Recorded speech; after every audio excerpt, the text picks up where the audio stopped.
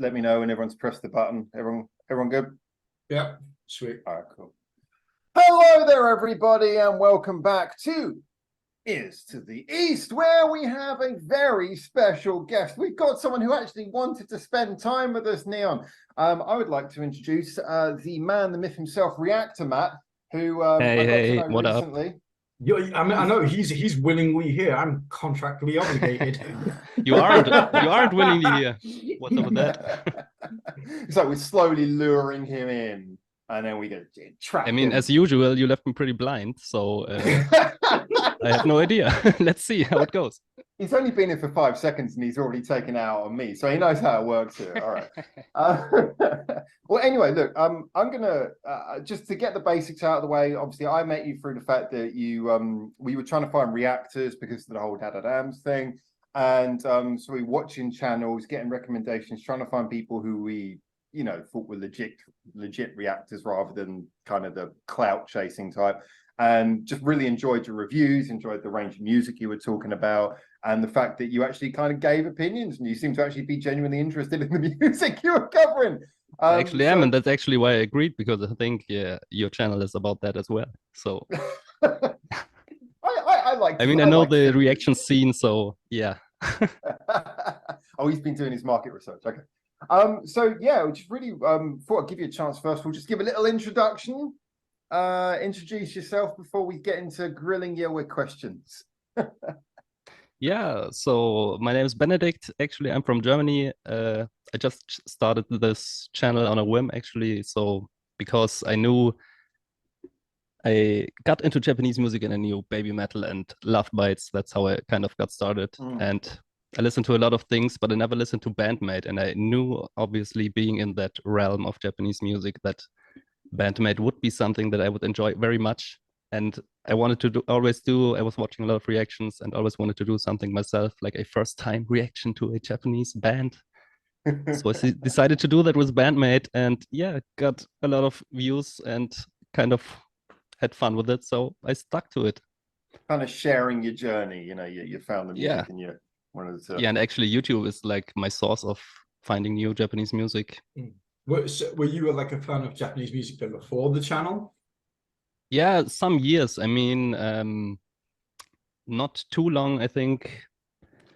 Let me hold on, because this was the very first album, Japanese album I ever bought by LOVEBITES. I'm not sure when it came out. 2018. So basically, yeah, that's when it started with Japanese music. So I mean, I've been watching anime all my life, so I kind of there it is. Yeah, but never like intentionally listened to Japanese music before. It's interesting. A lot of people find Japanese music through anime and such like. But so was it something specific about LOVEBITES when you first heard them that kind of grabbed you and made you? I mean, they are good. What can you say? LOVEBITES is pretty great. Yeah. LOVEBITES or BABYMETAL? Go on. I personally, I mean, if you can see, I even have a tattoo. I'm actually a huge BABYMETAL fan. Whoa, BABYMETAL for me, but LOVEBITES is what I discovered first. So without LOVEBITES, I wouldn't be in that realm. I've got to dive in and ask you: was the BABYMETAL tattoo that was done post Yui in the post Yui era? Yeah, actually, kind of exactly when she left, but I wasn't like completely in on the picture with BABYMETAL. I actually just loved the music.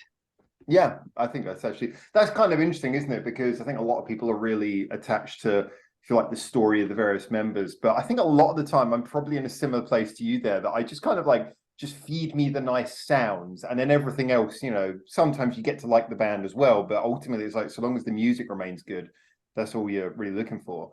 So that's actually something, if I may ask you something, because you seem to be like, a bit informed about in the idol scene. Because that's something, I mean, with a lot of these idol groups, I really like the music, and that's why I love them. And then you get to this other layer of the band members and all the stuff they do, like around the music, like fan meetings and stuff. Like, why is that so important in Japan? Because it seems to me like that's almost more important, like the connection to the actual members, than the music in Japan. I think I'll be interested to know what Neon thinks about this. I think that there is a something of a. I mean, ultimately, it became like I think it was AKB48 was the first one where the entire intention around that was to make it something where the fans could actually meet the band. And I think really, I don't know too much about the history before that, but certainly there became this whole thing about, you know, fans can meet the members and fans can become more attached to the members than, you know, and that became a profitable business model in a lot of ways as well. But I think it's really just one of those things that, you know, people really like to, you know, the whole idea of idols, that word is not actually poorly chosen. It's actually a good choice of word in that, you know, people like to hold these people up. And I think some people see it from the outside, see it as a little bit weird, you know, idolizing people. But I think the idea is that it's similar to a maid cafe, that in a world where, you know, it can be so stressful, especially in a place like Japan where people work in overtime, it can be a very stressful environment. Having something that is kind of innocent, pure, separated from that, and that you can kind of idolize as being just something completely separate from all the stresses of life and something that is just always going to be a positive influence. I think people cling to that and it's very attractive. But yes, I think the balance of, like with so many things, the balance of there's always going to be some people who like the music because they idolize the artist, and there's going to be some people who idolize the artist because they like the music, and then there's going to be some people who balance in the middle. I certainly always approach the music from a music first perspective, but I've certainly, I think from being in Japan and understanding how a lot of that culture works, I've started to become much more, not just sympathetic, but I've started to enjoy that side of the fan base as well. And I think Bandmate is a fantastic idea of how to kind of cross that over, because although they're parodying maid culture, they do actually take advantage of a lot of its benefits at the same time. You know, they do kind of have an idol group status in a way as well. Yeah, I think it's true. So what do you think, Neil? I think personally, from my point of view, I see it as Japan just being like 40 years behind everybody else. Like, but in the best of ways. Like, you know, you look at the 80s, probably again in the West and Europe and stuff like that, and that's pretty much what happened here. But then obviously music modernized and it went a different direction. And I think mostly with Japan, I feel like the connection between the artist and the audience is that's a thing that hasn't modernized yet. It's always been kind of stuck in the past and hasn't moved forwards. But it gives them a unique sort of interaction with the crowd and stuff like that as well. I think also culturally, many of these bands and many of these like idol groups, for them, it's a job as well. You know, it's for like, anyone in entertainment, it's a job, but it's a job they like. Right? But I always feel like it's a little bit different in Japan. It's like I feel like if you're doing music in the West, you do it because you like the music. For them, it's a little bit more like they kind of come in and they think, oh, I'm going to do this until I'm 30 and then I'm going to go and do a real job, you know, or something like that. It's the stigma behind it is a little bit weirder, but you don't really know the person. I feel like with an idol, you don't really know the real person. You know their persona, their entertainer thing that they. Yeah, but that's exactly what I mean, because I think like upholding that idol persona is basically the main job, not the music, at least in Japan. And for Western bands, it's more like the music is the main part of the job, and the rest it's just like, yeah, meeting with fans. I think it's not like the main part. I think there is the problem is that whereas the if you like, the way that Japanese culture in that sense has evolved, and what most of us still associate is there's a difference between bands and idols.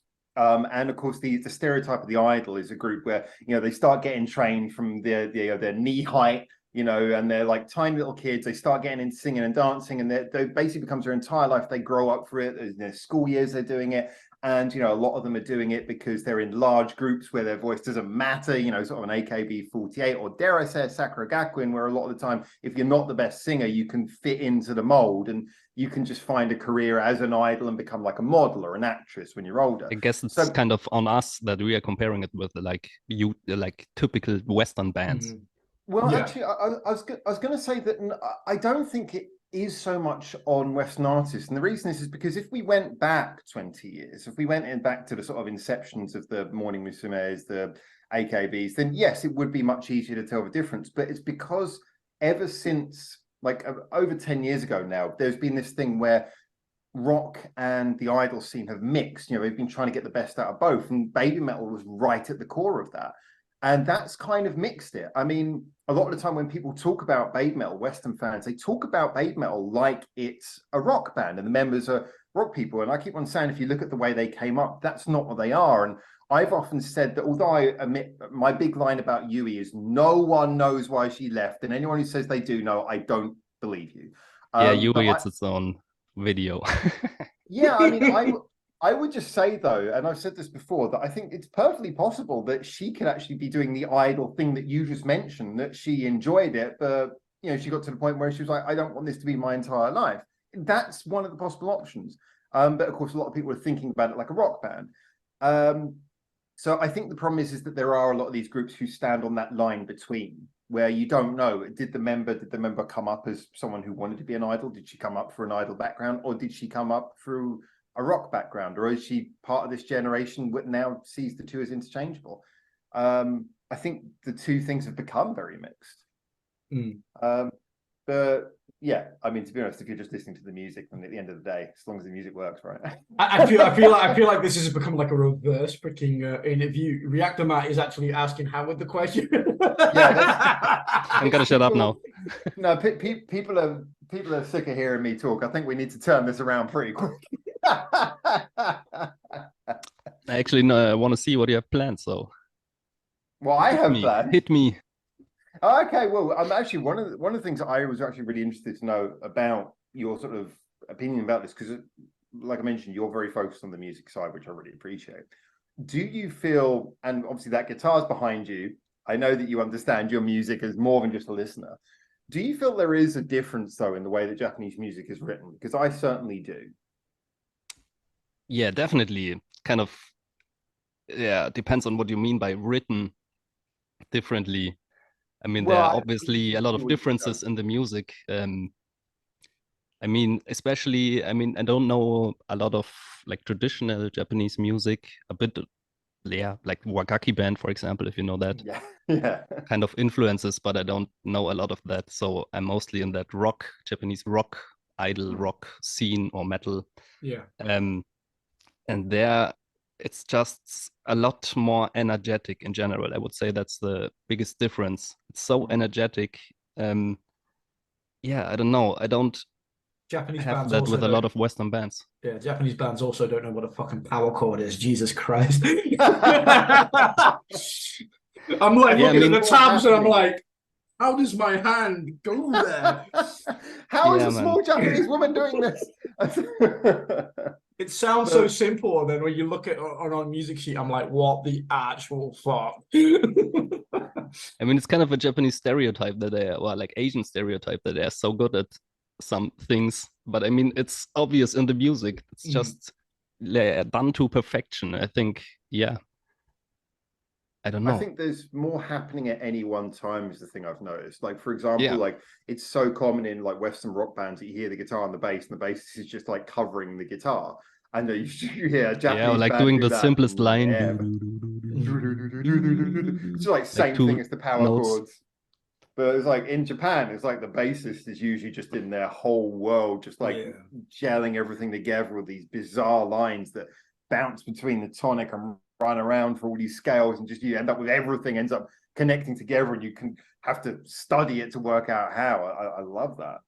Yeah, also I feel like I'm not really sure about the actual musical terms. I'm not a musical expert, even though I play guitar, but I feel like the phrasing is longer in Japanese music. It's not just like not just the same parts repeating and repeating, but there's a lot more like put in. You seem to agree with me. You're the first person I've spoken to who's like that's one of the things that made me fall in love with Japanese music, is that you never get the you never get the it's like he's like the first person. I'm just chopped liver, am I? Well, hold up. So I don't know your opinion on this, Neil, so you can jump in as well, because I've never heard anyone else say this until right now. But one of the things that made me fall in love with Japanese music as a general, and I've noticed this from J-pop, but it's true of all forms of Japanese music. And there are a lot of historic reasons behind it, but it's the fact that they don't just resolve the chord pattern. It doesn't always come round and resolve. Always come round and resolve. It's like, Yeah. you know, and it's not just 4 chords over and over again. It's like they're good at keeping the tension going, at keeping the mood going, and not resolving it to the end, making you feel like the song's always going somewhere and it doesn't just overly repeat. Now, Yeah, that's Neil, exactly the point. this is your chance to jump in and give us a Well, again, I've said this a million times on my videos now. That's one of my favorite things about Japanese music is because, well, like I can't really add much more to what you just said because of that. Because there's always probably the best example I could probably put is probably the way that Miyako writes for Love Bites, is the fact that she's so classically trained that kind of like oozes through the way that she writes on her guitars, not only from like her scales, her crescendos, her breaks, her bridges. It's always different. It's always built up, and it's musically done in a very, like I said, classical way. You can tell that she's trained in music on the arts and just as much the theory side as she is just being able to play the guitar, you know, well. Anybody can play the guitar well most of the time, but being able to write as well a song and compose a song is a whole different ballgame. And I feel like probably Japan, or I say Japan, probably most of Asia right now, be it Korea as well, Philippines. Got my phone on, professional YouTuber. Gotta switch that shit off. Yeah, You've got this. Yeah, I got this. Yeah, all of that area right now, in terms of songwriting, are leaps and bounds above probably anywhere else in the world right now, in my personal opinion.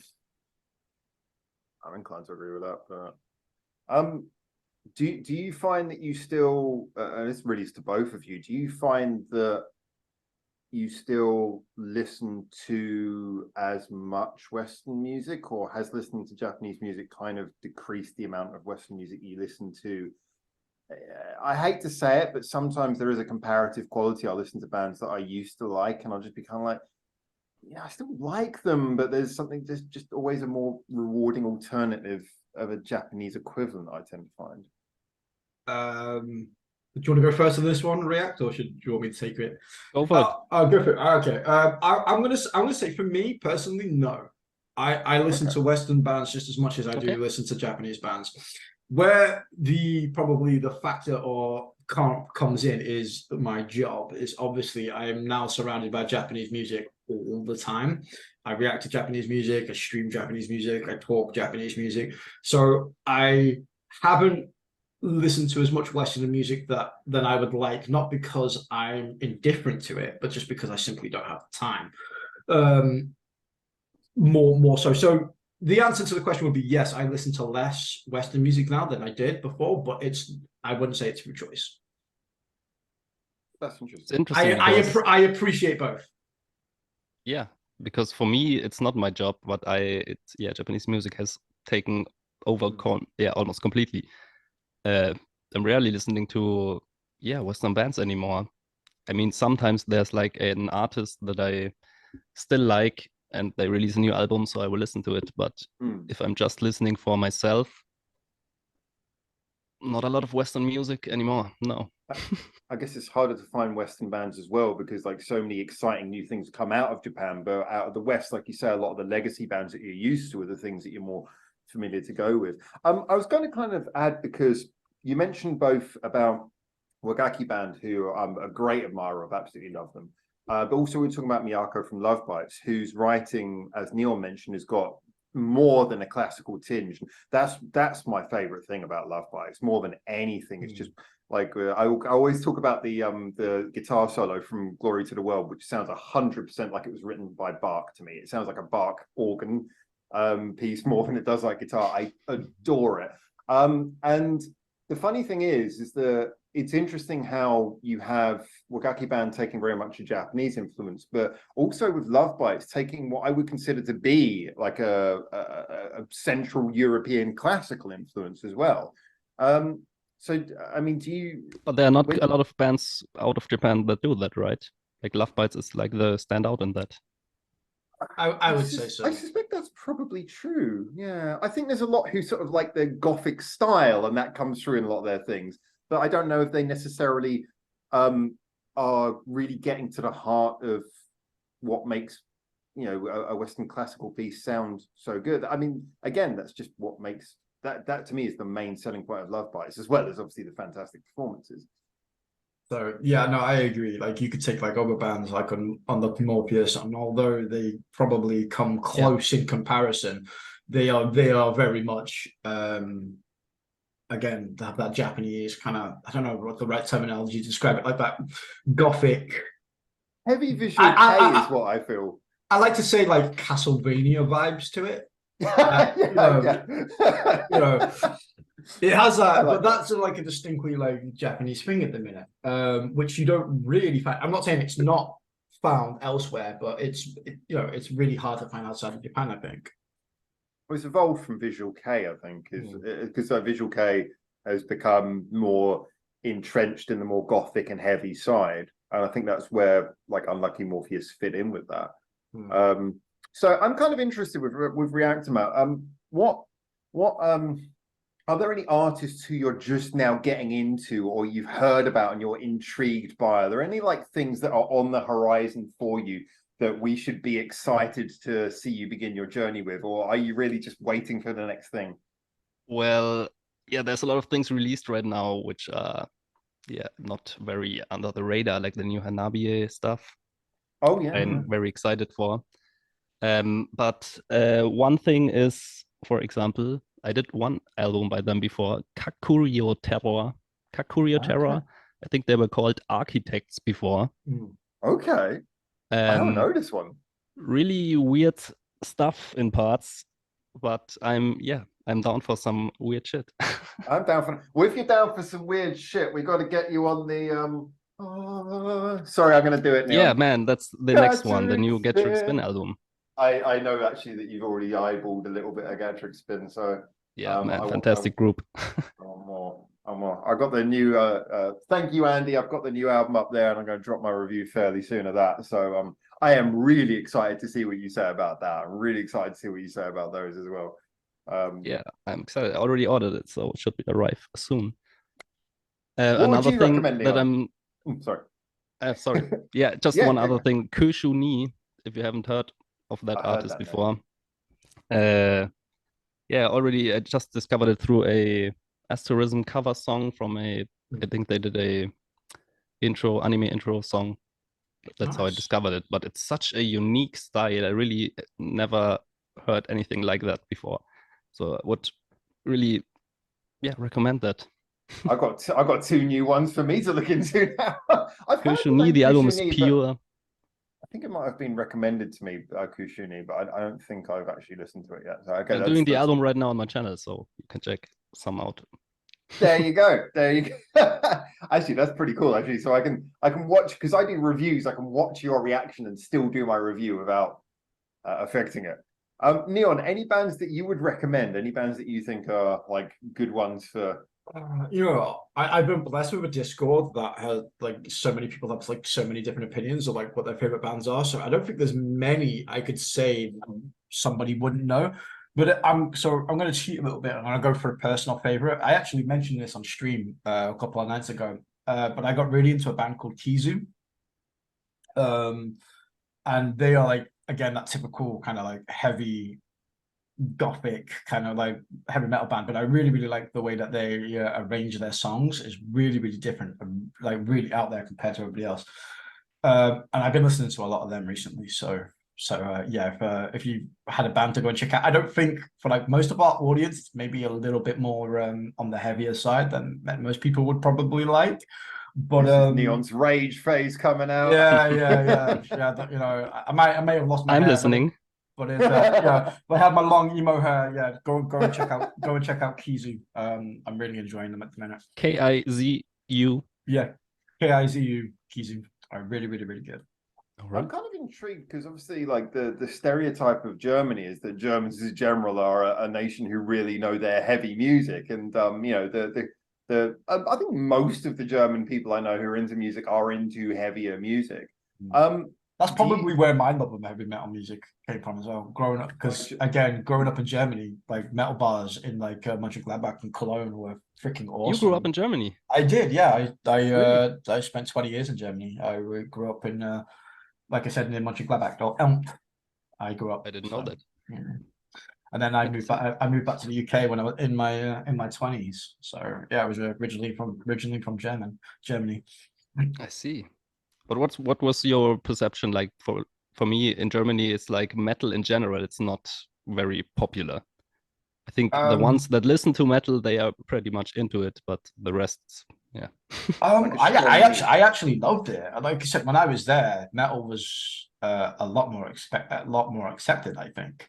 Okay. It's a different culture over there. Like again, my nightlife was like I said, Dusseldorf, Cologne, Mönchengladbach, kind of that I've forgotten the word now. I'll come back to it. It's gone in my head. It's a territory of where those places are, but it begins with N, but I've just completely forgotten about it. But when I was around those areas and going to those bands, there was always like a heavy metal club or stuff like that. So I always had a place to be all the time. Like, so I never really saw it as it not being an inclusive thing. Where the realization kind of dropped for me is when I came back to UK and actually struggled to find metal bars over here, and there was never any good ones. You know, you get like one good one. There was like one good one in Liverpool, and there's like one good one in Manchester, and that was about it. Like all the rest were just clubs and stuff like that. And I feel like that's where the penny dropped for me. I was like, holy shit, I grew up in a really kind of different perception of like national things, because I always thought yeah, maybe you were lucky. Maybe I was lucky, and I grew up with metal friends as well, so you know, I was always around that scene, so like I didn't know anything else. So no, they're called friends, Howard. Go and get some. If your friends are made of metal, then you're doing something wrong. Yeah, no, I think it's you know that meme, like the one guy, I love metal, and the other guy, I love metal too. Then the first guy, he just looks angry. So I can't shock you with this. I don't actually know that meme, but I'm gonna have to like get the reference right now. I try to find it. Is there anything from your channel where you've reacted to? Because I actually found you through Howard. I've watched a few of your videos. Here we go, stalker vibes coming up now. We've been stalking you. We invited you to this alleyway. Yeah. I've been watching you for a long time. I mean, I think you did baby metal at some point, I guess, because that's how I discover most reactors. Yeah. I did baby metal, Love Bites. We've gone down it now. I think for me, like I said, I fall in love with bands as well. Like I never try to like hold the channel for views. Like if I find a band that I really, really like, I'm like stuck with this band. I fell in love with baby metal, like yourself, fell in love with Love Bites, fell in love with Bandmate, and I'm like, all right, I just gonna really love these bands and like to stick with it. I could do what many channels do, and I'm sure you'll be in a position with like this in the future as well. Once your channel picks up, where there'll be certain bands and all that will get really, really good views, but you're not really too asked about the band, if that makes sense. So yeah, you know, I like to stick to the bands I care about, and that's the way I'll continue the channel moving forwards. But there's channels out there. Enthusiasm comes across, I think. Yeah, I think if you're exactly enthusiastic about it, it will be better content. Is there anything you've seen so far from your channel, whether it's just like something that has come out of the complete blue that's really surprised you so far? Completely blue? Yeah, like something you weren't expecting to really like, but it was like, holy crap, I like this. The other way around. Okay. Kind of have to think about it, but I wonder if there's been any like J-pop that you kind of maybe I don't know what your feeling was going, because like you say, you watched a lot of anime, so you're clearly exposed to J-pop through all the intros you'd heard, and then Love Bites grabbed you. So a lot of time it's actually JRock. So that is true. There's a lot of JRock themes. That is true. But I mean, had there been like any times where something that was much more poppy and light than you expected hit you, and you went, actually, yeah, I wouldn't normally listen to this, but actually, this is okay. Yeah, I mean, in parts, it's some of Kakurio Terror because just it's so weird. Yeah, and also that Koshoni that I mentioned, just because of the fact that it's so unusual to me. And that's kind of the same feeling I had with baby metal in the beginning. Just like something, yeah, so weird, but I kind of like it. And then it evolves from there. But something I think I've told Howard before in the email, Greed 5X is something, yeah, Yeah. just someone mentioned in the comments, and I thought, yeah, let's check it out. It had almost no subscribers, and yeah, I really love this band. I don't know, it has a really nostalgic feeling for me. Just hits exactly the right spot. It did feel to me like a real balance between, there was a slight air of like the more direct nature of Western hard rock in there, but it still had all of the intricacies. I was listening to a few tracks actually since you mentioned that, and there's some bits which don't so much work for me, but as a general, actually, I was quite impressed that it's like just really entertaining, good Yeah, quality. it's not like you're high-energy listening rock. to it and you're like blown away compared to like listening to Lovebites or something, but But it yeah, in works. general, Yeah. it just hits the right spot for me. I don't know, and that's something that really surprised me. I was really surprised when they had like they were on the first take, and I was just like watching the singer. Like, That's just a fake video. I was like, "That's a fake video, is it?" Yeah, Because yeah, I that's was a like, fake "What?" video. I was like, looking at it, it's like, "Is this legit?" And I was on my phone watching it. I was like, "Is this real?" So, but I'm kind of glad you clarified that, because I was actually kind of thinking that was real for a while there. No, it's not real. Okay, yeah, that was quite unusual. Oh man. So Yes, there something like, I don't know, what's your kind of favorite discovery you made since doing your channels? Like that's a horror. I don't even think I can nail that down to one. Like that's putting us You all can on mention spot. multiple. Oh, Nederland, by the way, Western Nederland. That was the N word I was looking for Nederland. before. Yeah. Sorry, I actually popped like literally about like 20 minutes later. But yeah, sorry. that's okay. It's how we make sure that people have been watching the entire thing. I know the entire thing. Skip ahead to see what Neon actually wants to say. Good discoveries. I'm not too sure. You know, I'm gonna go something out the box here, and I think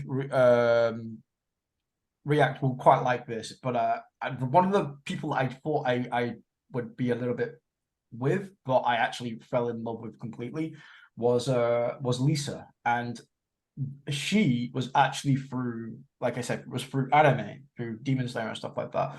And for somebody that was like, she's like, well, J-pop, and I thought, oh, I might not like her, but then I seen a couple of concerts and I seen a couple of her songs and stuff, and I was like, I adore this girl. She's really, really good. And that was a big surprise to me, because I didn't think I would like a J-pop artist by herself would have so much of like, oh yeah, I really dig this. So probably she would be the biggest surprise for me, because that's not usually the demographic like I would personally go out my way to go, oh, here's a, because to me that's like the epitome of like me going out and saying I like Adriana Grande, which is never going to happen. So you know, that's a surprise for me for Lisa. I'm like, I really like this. I don't know why. Have you listened to it? Have you listened to an Ariana Grande album yet? No. No, I get it. Then again, the singles don't do much to draw you in. I'll give you that. Yeah, no. I must admit though, that that again is one of the things that I keep on trying to tell people is you know, a lot of the things that people like about Japanese rock, so long as you can stomach pop, those same things transfer across to Japanese pop. I mean, whereas like Western pop is just the same things repeated. It's ultra minimalist. It's designed for like common denominator. Like you listen to like Japanese pop, and it will be really quite beautiful, complicated chord progressions and things, and it will be very well written and like in-depth chorus melodies, and like this is really good music. Yeah, touching back on what we were talking about before, when you said whether or not I listen to Western music or Asian music. I feel like that. Oh, sorry, please. My answer says the same for metal, but now we're touching on pop. That's where it differs. Like I can listen to J-pop, but I can't go back to Western pop. I can't do it anymore. But for metal, I like both. Oh, shit, what's going on out there? But yeah, for pop, I don't know. I just can't do it anymore. So anyway, yeah.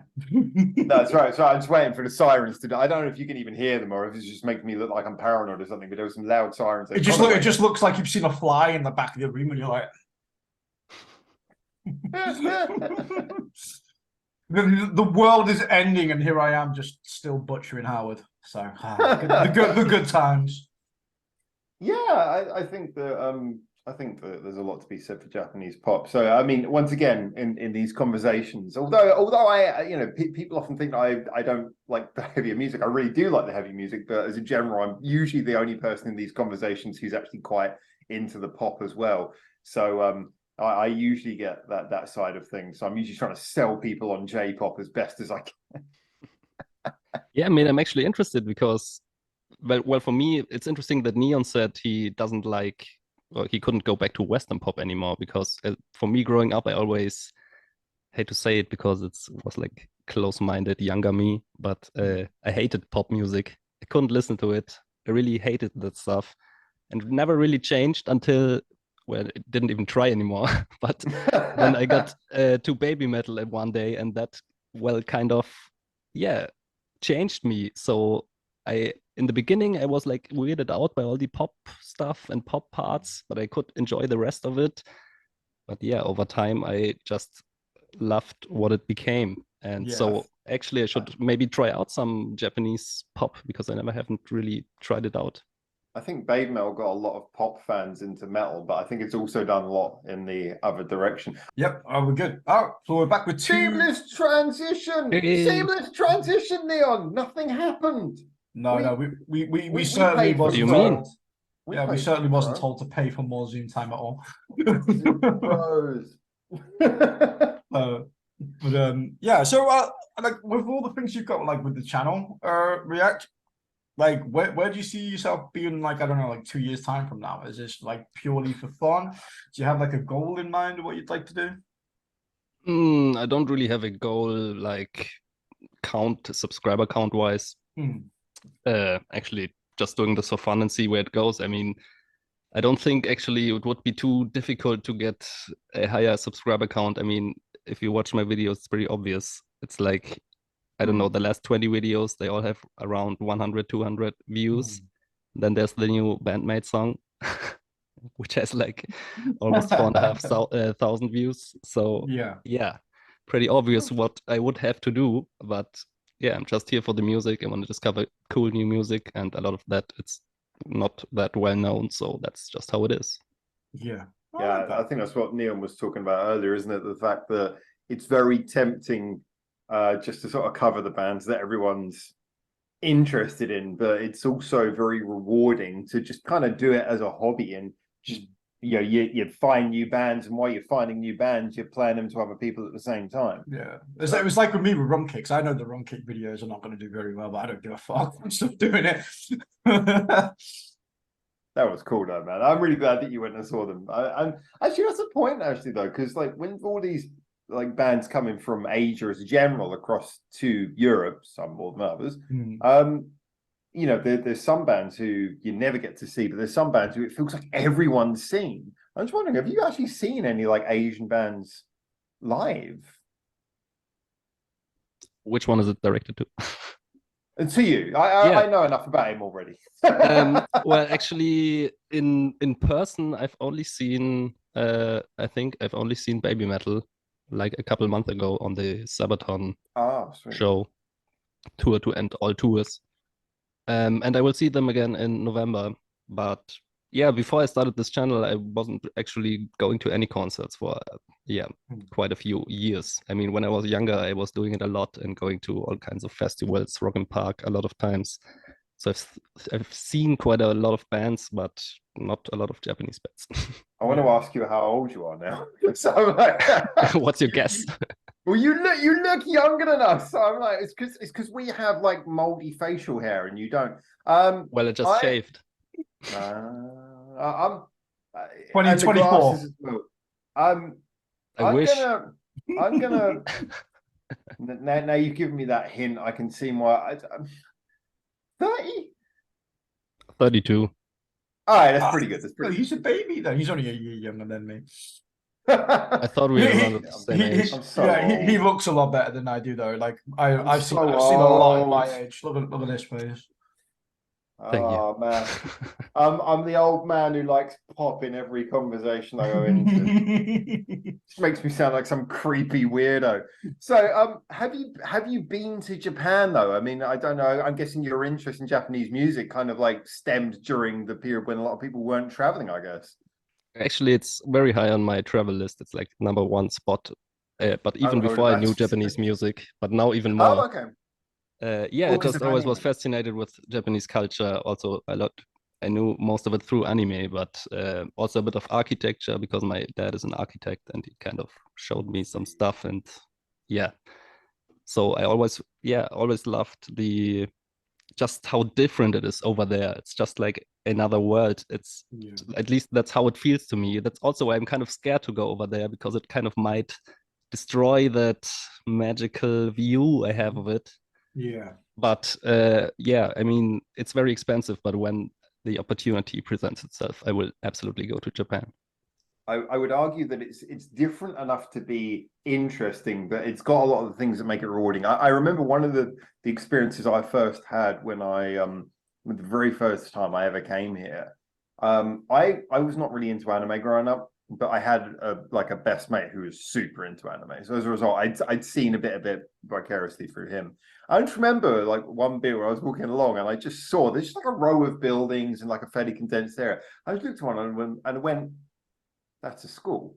I just know that's a school because I've seen what school architecture looks like in animes. And I was like, I walked around the corner and yeah, it was a school. And it was just kind of like, it was intriguing. It's like, yeah, do you know what? Actually, Japan does look like that.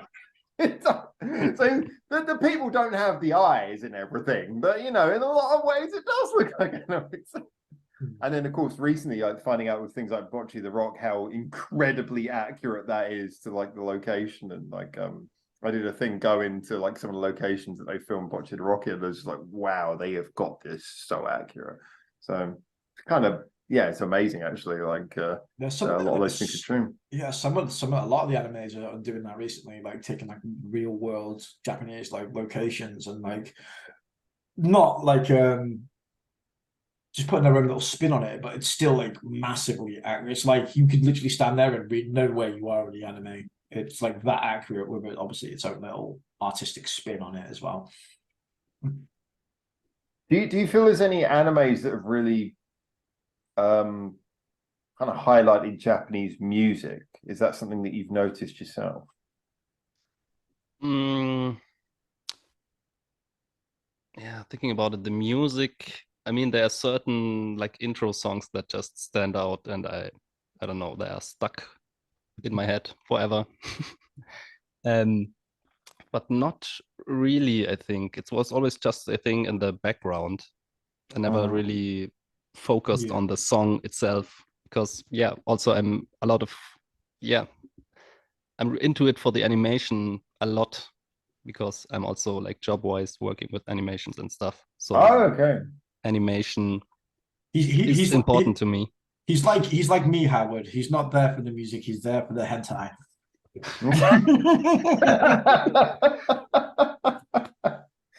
I'm going to specify the field of animation.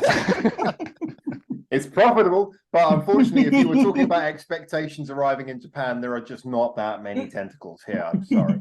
I mean, I've seen a lot of like reactions to. I haven't seen the anime, but sorry, a lot of animation reactions to the openings for Chainsaw Man. Yeah. Oh, apparently that has good music, but I'm not really sure. Haven't heard it yet. I'm kind of intrigued actually because as you guys know, one of the people who I was doing the project with, which led to me doing this YouTube channel, best mate back in the UK, he actually owns a comic book shop and he regularly comes to Japan to buy things like manga and anime and Japanese special things to bring back and sell in his shop. And he's got like this fantastically detailed knowledge of anime, and I would love at some point to get you two both on this stream together, so that would be awesome, man. We got us as the sort of music heads here, and then just the way it sort of filters down, and we got like James on the complete opposite end, and we're just seeing how we can get like people on the total spectrum of Japanese cultural appreciation. That would be so cool. But yeah, like every time he comes here, I get like a reminder of what the latest Japanese like animes and things are, because he'll be like, oh, we've got to get Chainsaw Man, this, we've got to get this, that, the other. And, you know, I'm like looking at it, it's like, oh, Bocce the Rock, that's like the anime I watched all the way through. And it's like, yeah, but they're repressing that with a Japanese and English version. It's going to be coming out. And don't worry about that copy because that copy's a fan art version. I'm like, oh, I just wanted to buy a copy of the manga. I think over time as well, like, I think like anime is way more accepted now than it probably ever has been. I think it's way more accessible now as well than it ever has been as well. And I think that like, leans more into a lot of people finding their way down the hole of Japanese music and Japanese culture. I don't know if that's. I mean, I mean, you always had like classics like Ghost in the Shell and stuff like that back in the day that were always kind of like universally popular, but it was like sprinkled over so many years. There wasn't like that many that kind of really went outside of Japan.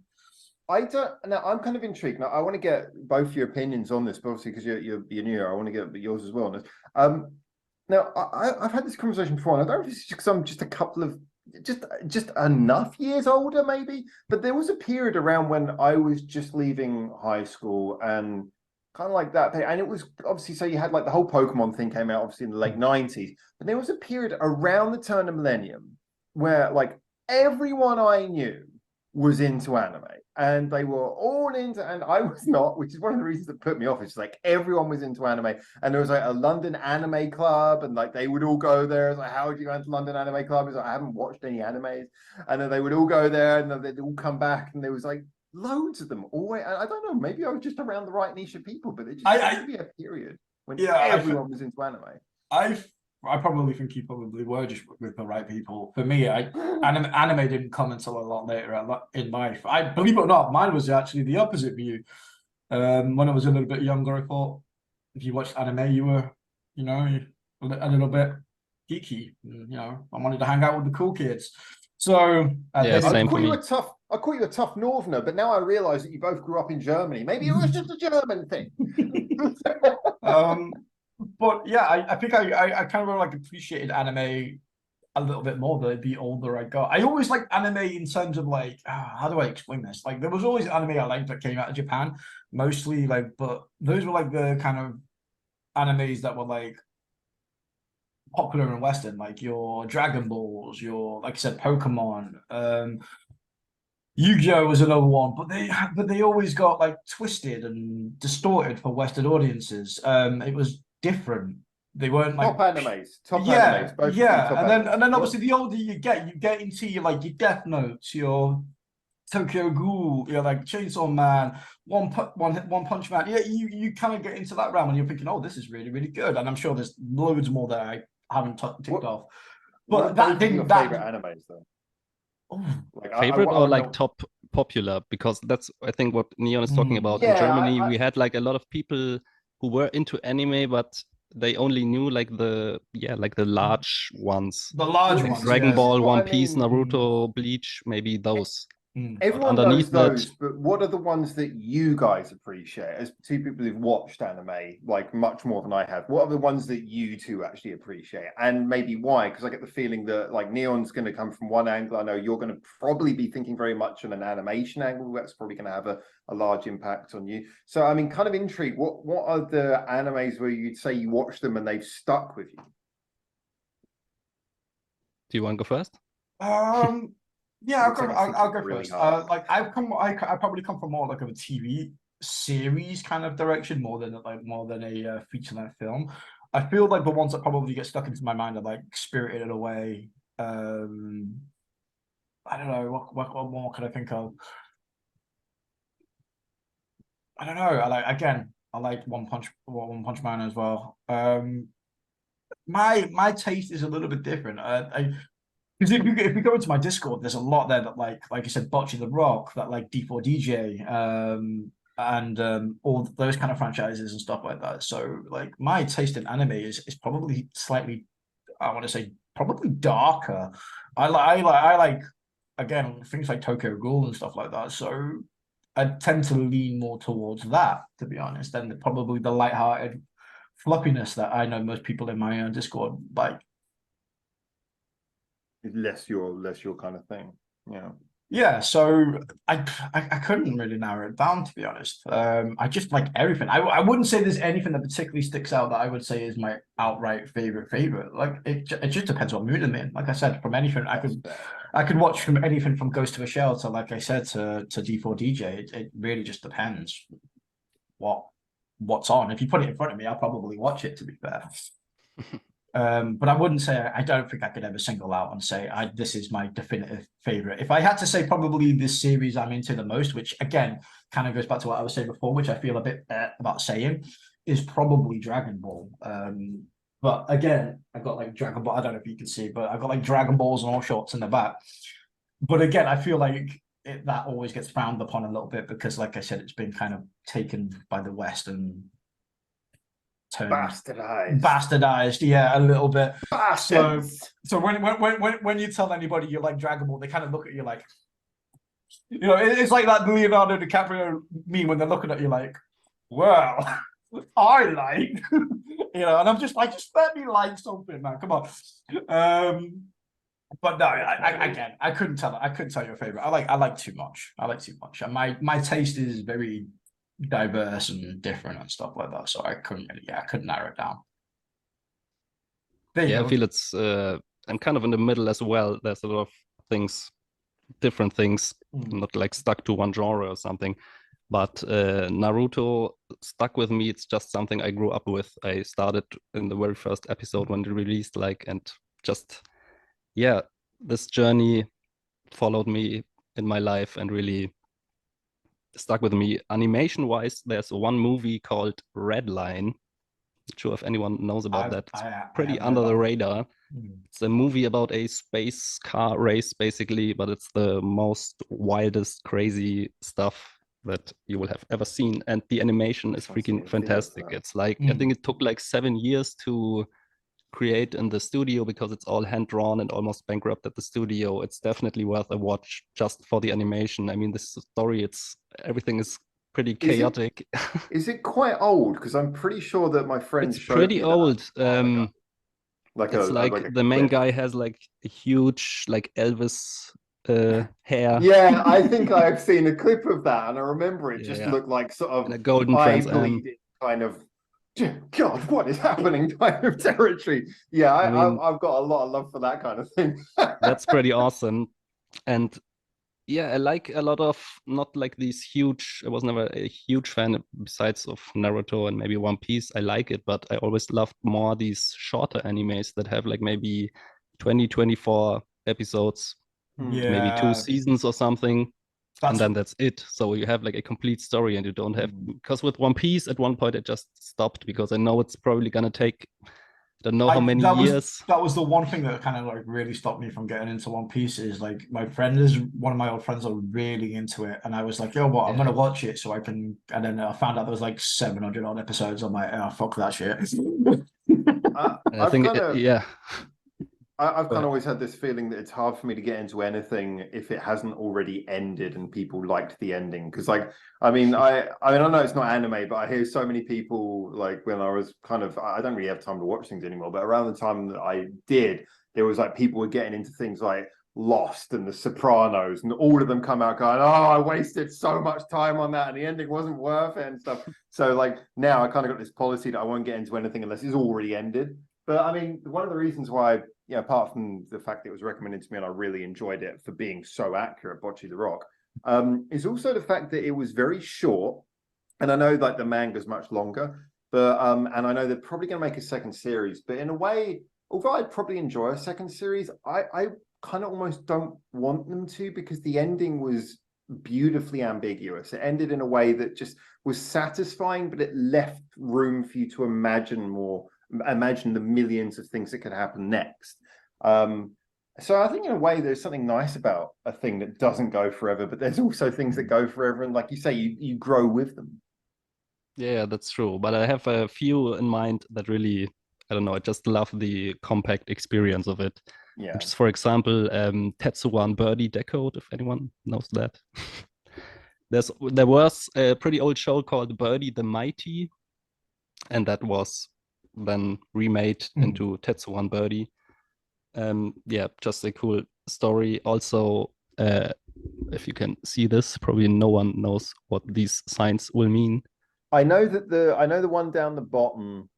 Well, Like it's all kind of mixed up also a bit. second to bottom. Yeah, it is a bit peculiar though. Yeah, it's from an anime called The Melancholy of Haru.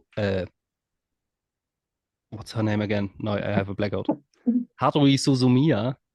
okay. Yeah, I recently linked some on my channel. It's just a really weird anime, but the story is so unique that it stuck with me. And also we have Agretsuko, if you guys know that one. Yeah, I love Agretsuko. Yeah, that's I haven't It's watched. also just the simplicity of the animation, but the seriousness of the show itself, it's just so good. I really love that show. I mean, Wouldn't you say though, Agretsuko is the perfect accompanying piece to Hanabiya's song, the Pardon Me song? It's like that is the song for Agretsuko. They just are beautifully connected. Yeah, basically it is. It's the office I mean, lady. you can draw a lot like... of comparisons. I mean, if you have seen the show in like season 3, they basically have an idol group. Oh, really? OTM girls. Yeah. It's pretty funny. And you also get some insight on on the darker sides of the idol scene. Yeah, I think one of the biggest issues with Japanese culture overseas, and I think this is more perpetuated by other people, but it is sometimes can be coming from Japan as well, is there tends to be people from overseas who exaggerate either the positives or the negatives of Japanese culture. And when it comes to Japanese culture that is looked at from outside, it tends to be the times when things are shown to be like over the top, exaggerated. I'm not saying there obviously there's a lot of problems in Japan, there's lots of positives and negatives, but sometimes people only see the hyped up versions. And when it comes to things like Agretsuko, I think one of the reasons I enjoy it is because of the fact that it's so hyperbolic, but I kind of know that it's representing something real, which is much more subtle, but it takes it and blows it up. So I don't know about that particular reference, but I would be really interested to see how that compares as well. Do you think there's like a view in Germany, and I guess this is to both of you, is there a view in Germany about like Japanese culture? Because there's a lot of German people, by the way, come here. You get a lot of German people visiting Japan, I noticed. You mean like a general view about Japan? Yeah, is it like seen seen as like, oh, that weird place with weird game shows, or do you think people like think of it? I wouldn't say so. I would say they mostly refer to like Japanese people as pretty well put together and polite and things like that. I think this whole anime thing, it's not really, people don't really care about that here too much. I mean, there are conventions like cosplay conventions and stuff, so there's exposure here as well. But yeah, I would say generally, German people have a pretty normal view on Japanese people, not weird or anything. Fair enough, yeah. Fair enough. I remember the first time I played Japanese music in like England, like some of my friends were like, what's that high-pitched squeaky stuff you're listening to? Yeah, Neon seems to disagree. No. I was gonna say, pretty much got the nail on the head. The only thing I would add on to that is I always feel like the perception, maybe particularly in England and all that, is maybe that Japanese people are a little bit eccentric, and I think that primarily comes down to like, I used to love coming home and watching. I know a lot of people in the comments are gonna go, "Oh yeah, that show, Takeshi's Castle," and on all sorts that we used to watch all the goddamn time. And it kind of does warp your perception, because when you're watching that on mainstream TV or whatever, you think, oh no, so this is what Japan's all about. No, that's exactly what Japan's like. That's happening right outside my house right now. Yeah, but that's what I mean. You wouldn't put it past it, but it's a nightmare for me getting to the post office, all of those jumps and everything. And I know, right? I could see you doing that. No wonder you're so out of breath all the time. You just come back from freaking. It wasn't a train track or issue. You were like doing a freaking assault course on the way back. Good times. we need to do that, by the way. I swear to God, like if I ever come to Japan, I should get as well. That's going to be a video. Me and you with a fucking made up assault course to get these assault course. Well, there's enough like little fitness things around here in the local parks where we could just go to one of them, and I'm sure both of us are both like unfit enough that we could just do that on a kids training swings and stuff, and just end up assaulting ourselves and going to the hospital. But I mean, Beautiful. Japanese TV is pretty weird in general, right? Like Um, compared to Western television. I don't think it actually is. I think one of the things that gets people first of all is the fact that there's a lot of visually weird stuff because all the time you've got writing all over the screen, and every time anything's being watched, there's always a bubble in the corner showing someone else watching it, going, "Oh, this is what I think." I think that's where reaction channels came from. Is like Japanese TV, where everything you see is always being reacted to all the time. But I don't think it is. I mean, there is weird stuff. I think it's like most things in Japanese culture, which is that if you want to find it, you'll find anything. But But it as a seems general like a rule, unusual high amount of weird stuff. Yeah, I- my search history agrees. You know, like these shows, I think everyone's seen it, like people touching toads in some box or something, and everyone's freaking out. Yeah. I I mean, don't. I actually don't watch Western television. I think that's pretty weird stuff as well. I can't help but feel that if we looked at much at Western television, we would probably find equally weird things. It would be very different things, but things that would be considered equally. No, as, thinking why of the it, hell is that on it's telly? pretty equal. Yeah, I'm sure there is. I mean, I like I said, it would be very different things, but things that would be equally weird. So I think a lot of the time, probably Japan will go to more extreme things. Like there was a video that was shared a few years ago that became really popular, which was a voice actress who, unfortunately, I can't remember her name, but she's notoriously small, cute, and she's also quite quirky. You know, she's the sort of person who she's quite gullible. Yeah. And they lied to her and say that she was going to do a TV show where she was going to a haunted house and she would like there's a ghost there and she would go and like sort of report on the haunted house. And so she did all that, and then that was made to look perfectly normal. And they didn't do anything weird. They just let her do that. And then the minute she got in the taxi to go away, they had like supposedly a ghost was sitting in the front passenger seat. And the driver I've was seen that. Yeah, and it was absolutely beautiful because she really freaked out. And the funny thing is that what was Japanese about? I mean, that would not be unusual or weird at all for a Western TV program to do. What was so Japanese about it was how hard they lent into the concept and how much it actually affected her and how much she actually bought into it. I felt that was more what made it Japanese, was the sheer level to which the concept. But then again, you do get things like those like TV shows where just the wall explodes and people come through for no reason and stuff like that. Those are the best ones, though. I always remember this one show everybody freaks out about. I can never remember the name of it though, but it was about this one guy, and he was like stuck with nothing. Like he had no clothes, nothing. He had to collect tickets. Yeah, like that was messed up. That was messed up. And the show was so popular, they made him do it again. They told him they were letting him out or something, and then they just took him to a different room, and they just and then he had to do it all over again. Yeah, that was a bit like borderline like human abuse, like, but yeah. I think he got paid though, right? Well, I hope he got paid. Jesus Christ! What's reacting, Matt? What's the weirdest Japanese thing you've ever seen? Yeah, I don't know, similar stuff to that. I don't think I know that one, but yeah. Also stuff where someone was in some kind of tube and they, I don't know, put all kinds of weird stuff on top of them. Oh yes. Nothing I really want to watch. Yeah, I've seen some hentai that is like mentally like scarred into my retinas that I wish I could unsee again.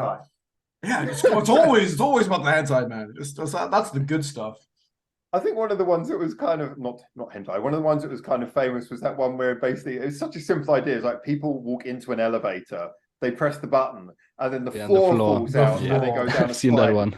But it was the beauty of the fact that they got like an extremely high frame rate camera and put it in there so they could just freeze frame everyone's faces while they were falling through the floor. So all of this kind of stuff. Lean into the concept. It's weird though, because you can get away with that kind of stuff. Because I know in like Japanese culture, they're like a little bit way more superstitious than we are. Whether or not they play into that a little bit, I don't do that shit in the US. Yeah, I don't know. But some of them, I've seen some of the videos where they're in lifts, and then the lift goes dark, and they stick like a little grudge child in the corner or something, and just watch them go mental. I always think if you get into an elevator in Japan that is unusually large, Be worried. Be worried. It's like if this elevator could support a small camera crew, don't get in there. Good tip. That is a good tip. So, but what about with musical covers? I know we haven't touched on it, but I see a guitar there in the background. Have you thought about doing any like Japanese covers or anything like that? Has the thought ever crossed your mind? Well, I'm just playing for about 1 year, so I'm not that much into covers or something. But I released a couple of songs, one after half a year and one after a year, not too long ago. Yeah. And I think it's pretty good. I'm really enjoying learning the guitar. Yeah, I've missed that. I'm gonna go and check that out in a minute. It's actually it's really cool because it's on your main page when you open up your channel. The guitar thing kicks in. There's actually you playing, which I thought was a really nice touch there. It is. Yeah, no, that's really cool. The best I can offer is me playing baby metal songs on junk instruments. Yeah, but Neon, I see some guitars here in the back as well. So, are you doing some music? I try to do some music. I try like you try anything you can listen to. It's so harsh on yourself. Yeah. I know. It's because I like all my streamy stuff. So all my music is like primarily like heavier than a lot of people on the channel I think care for. But I do. There are things that I've had in the work for a long time. I actually have a BABYMETAL cover and a BABYMETAL cover that has never seen the light of day. So there are two, but I just haven't had the courage to release them. They've been sitting there for about a year now. So I'm one of those. I listen to it, and there's always something I need to change. And then I'll like not listen to it in like for like another 2 weeks, and I'll listen to it again and go, okay, that needs changes. And then I just problem in creativity or creative jobs in general. Yeah, it's never done. It's never done. That's just basically where it is. It's just complete on full-time hiatus yet until eventually I'm like, fuck it, whatever. Press the button. This is something I can definitely tell you from like working with these kind of things is that like you can tell like the first way to tell someone who's experienced at mixing a song is because it gets done. It's like, everyone else is like, even like relatively pretty experienced people, they'll do it and then they'll be like, they'll come back the next day and go, that's all terrible. That's all awful. It's really, really hard. You have to have like an extra sense knowing how to like keep that balance. So I'd say there's got to be that point where you just go, look. But that's where it comes to the mindset. You can like listen to your old stuff and say, well, that's awful. But I mean, you progressed in that time and now you are better. So you just assuming you do better. Yeah. I'm just saying it's fine to do something that's not super perfect then in the future because life is a progress of learning and you will always get better. It's always what you do. If you release a song in 5 years, even you think you are perfect now, the song in 5 years will be better. But how do you feel about that with listening to bands? Do you ever like listen to bands and you think, look, okay, I like this, but I can imagine this getting better over time. So you kind of like keep an ear on them because you're like, I want to see where this goes. Absolutely, I would say. I mean, LOVEBITES is a pretty good example, I think, because their latest album, Judgment Day, I think it's really awesome. But with their other album, like as a whole album experience, it was a bit overwhelming. There was too much, and I think the song structure was a bit too simple for me at times. And so I thought, I really love like listening to the songs, but as a whole album experience, not as much. But I really love the individual songs. But then this new album came out and really blew me away. I can listen to this straight through without any issues. Yeah, I think crafting an album is an art form that in itself, being able to actually craft a whole album rather than just the songs. And I think this is one of the reasons why I'm really interested in your opinion on the latest Gothic Spin album. But I certainly have always appreciated bands who can do that. And I think as time goes on, it's becoming a more and more rare skill. So I'm glad to see that still alive in Japan, whereas I think it's I think it's also because it's becoming less relevant in the certain exactly times. Yeah, because people really only will react to the latest new songs or listen to the top songs. They won't listen to a whole album anymore, or at least a lot of people, like the majority, I would say. So a whole album isn't as important as just putting out new songs. it reduces the amount of risky filler songs you get as well. It's always nice to hear those songs that aren't intended to be a single. It's just like, we're going to make an album, so we can go a little bit weird and we can do something unexpected, I think. Yeah, but I think it's really unfortunate that that's the trend, because I think there's something being lost with, I think an album as a whole, you can think of it like a book, and every song is a chapter. Like I can just read one chapter of a book and okay, that's cool, but I won't get the picture of the whole book. I'm so glad to hear would you say sorry, would you say with the new album that the obviously Fanny coming in maybe had been a slight improvement on them? Yeah, I mean Miho wasn't any bad, so No. Probably has done some impact, but I'm not sure how much he's involved in the actual songwriting, so yeah, well, that's what I mean. Miho really was primarily the lead writer for many years. Obviously, with her leaving now, you would assume that responsibility would probably fall on either Miyako or Midori. So that's why I'm saying, like, even though Fami might not have a direct input herself with songwriting, you've got to imagine that her coming in has probably changed the formula up a little bit. I think they just got better in general. So and that as well. I mean, you can also read in the booklet of the new album that, for example, Asami had a lot of like vocal training. There's even a vocal trainer mentioned, or like a pronunciation trainer, I think. That's mentioned. Yeah, well, never seen that before on any album. So they definitely worked on a lot of aspects. I see that a lot. That's probably the most common thing I think with Asami is a lot of people turn around and say that they struggle with her voice a little bit with her pronunciation and they can't quite get into LOVEBITES because of it. So that's probably the main issue I see with a lot of people that don't like LOVEBITES, to be fair. Sorry. So I was going to say, because I think we're running out of time. The time's about to tick down on this one. I thought I'd just say here, because we've got so many subjects that I think we can pick up again. We've got things talking about. I mean, I love the fact that you sort of were talking about listening to an album as a full experience. That's again one of the things that I often get a lot of pushback from people who don't agree on that. So it's nice to hear someone agreeing on that. No, don't listen to them. Lyrics. Yeah, no, I'm with you. I'm in the album camp as well. I do like a full coherent album, so that's all three of us on that one. We're a mature trio here. But look, honestly, it's a real pleasure. Like I said, it'd be great to hear you chatting with James if I can get him on one of these as well. It's an absolute pleasure as well, because I know both of you like share certain things and have different perspectives, and I think it's really great to hear this. So I want to hear people get in the comments about like the discussions we've had about anime as well. Get in the comments about everything. Obviously, if you're not watching Reactor Matt's channel, then go subscribe to his channel right now, because you can hear a lot more of this, and he's got opinions on a lot of very interesting music. I mean, that, like I say, that's the whole reason why I found him. And obviously, remember to subscribe to his channel. Are we going to make React do the outro with us? I feel like we have to at this point. Oh, we got to. Just watch us and follow our lead. So we got an outro. We got to firstly put your ears. Put your ears to the ears. All right. Do it quick. Do it. Oh, we'll do it one more time. There we go. Yeah.